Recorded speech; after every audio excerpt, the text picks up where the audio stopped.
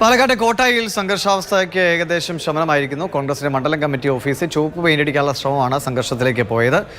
Google വിവരങ്ങളുമായിട്ട്. Google, ഈ മണ്ഡലം president party മാറിയതാണ് പ്രശ്നങ്ങൾക്കൊക്കെ വഴിവെച്ച്. ഇപ്പോൾ അദ്ദേഹത്തിനാണ് നിയമപ്രകാരം കെട്ടിടത്തിന്റെ അവകാശമെന്ന വിവരമുണ്ടല്ലേ? പോലീസ് എന്ത് പറയുന്നു? പ്രശ്നങ്ങളൊക്കെ അവസാനിച്ചോ? ഇപ്പോൾ സംഘർഷം അവസാനിച്ചിട്ടുണ്ട്. ഇപ്പോൾ പാർട്ടി മാറിയ ആളുകൾ, അതോടൊപ്പം തന്നെ CPI പ്രവർത്തകരും ഒക്കെ തന്നെ ഇവിടെ നിന്ന് പോയി. ഏതാനും കുറച്ച് കോൺഗ്രസ് പ്രവർത്തകർ മാത്രമാണുള്ളത്. പോലീസ് ഈ ഓഫീസ് പൂട്ടിയിട്ടുണ്ട്.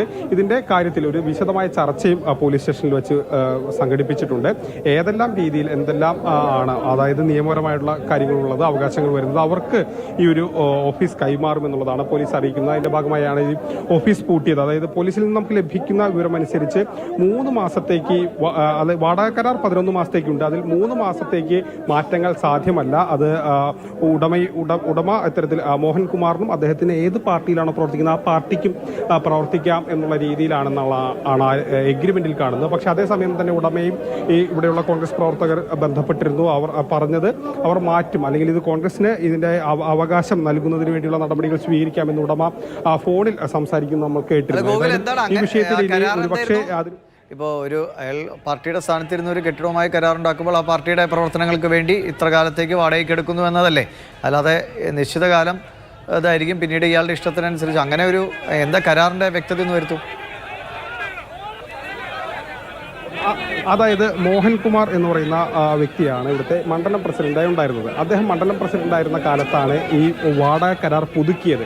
ആ കരാർ പ്രകാരം മോഹൻകുമാറാണ് വാടകയ്ക്ക് എടുക്കുന്നത്. അത് രാഷ്ട്രീയ ആവശ്യങ്ങൾക്ക്, അത് ഏത് രാഷ്ട്രീയ പാർട്ടിയുടെ ആവശ്യങ്ങൾക്ക് എന്ന് പറയുന്നത് അതിൽ ആ കരാറിൽ വ്യക്തമായിട്ടില്ല. പൊളിറ്റിക്കൽ ആവശ്യങ്ങൾക്ക്, മോഹൻകുമാറിന്റെ പൊളിറ്റിക്കൽ ആവശ്യങ്ങൾക്ക് ഈ ഓഫീസ് ഉപയോഗിക്കാം എന്നുള്ളതാണ് ആ കരാറിൽ പറഞ്ഞിട്ടുള്ളത്. അത് കോൺഗ്രസ് പ്രവർത്തകർ പറയുന്നത് സാധാരണ അത് അങ്ങനെയാണ്. ആരാണോ മണ്ഡലം പ്രസിഡന്റ് അവരുടെ പേരിലാണ് വാടക കരാർ എഴുതുക എന്നുള്ളതാണ്. അതിനപ്പുറത്തേക്ക് അതിന് മറ്റേതെങ്കിലും തരത്തിലുള്ള ഒരു സാങ്കേതികത്വം ഇല്ല എന്നുള്ളതാണ് പറയുന്നത്. അപ്പോൾ ഈ കരാറിലെ ഒരു സാങ്കേതിക പ്രശ്നം അതാണ്. അതായത് മോഹൻകുമാറും അദ്ദേഹം പ്രവർത്തിക്കുന്ന പാർട്ടിക്കും, ഏത് പാർട്ടിയാണോ ആ പാർട്ടി, അത് ഇന്ന പാർട്ടി എന്ന് എടുത്തു പറയുന്നില്ല എന്നുള്ളതാണ് ആ കരാറിലെ സാങ്കേതികമായി വരുന്നൊരു കാര്യം. ആ വിഷയം ചൂണ്ടിക്കാട്ടിയാണ് ഈ ഓഫീസ് പിടിക്കാനായി പാർട്ടി മാറിയ കോൺഗ്രസ് സാങ്കേതികമായെങ്കിലും ഇതൊരു മര്യാദയുടെ വിഷയമാണല്ലോ. ഇപ്പോൾ ഒരു പാർട്ടി സ്ഥാനത്തിരുന്നുകൊണ്ട് ഒരു കെട്ടിടം എടുക്കുമ്പോൾ ഞാൻ പിന്നീട് പാർട്ടി മാറുമ്പോൾ ആ പാർട്ടിക്ക് വേണ്ടി ഈ കെട്ടിടം ഉപയോഗിക്കാമെന്നൊക്കെ ഇത് എഴുതാനും കഴിയില്ല. അങ്ങനെ ആരും വിചാരിക്കുകയില്ല. പാർട്ടി പ്രവർത്തകരും തങ്ങൾക്ക് വേണ്ടി നേതാവ് എടുക്കുന്ന റൂം കുറച്ച് കഴിയുമ്പോൾ വേറെ പാർട്ടിയുടേതായി മാറുമെന്ന് വിചാരിക്കില്ല. അപ്പോൾ ഇതൊരു മര്യാദയുടെ ഭാഗമാണല്ലോ.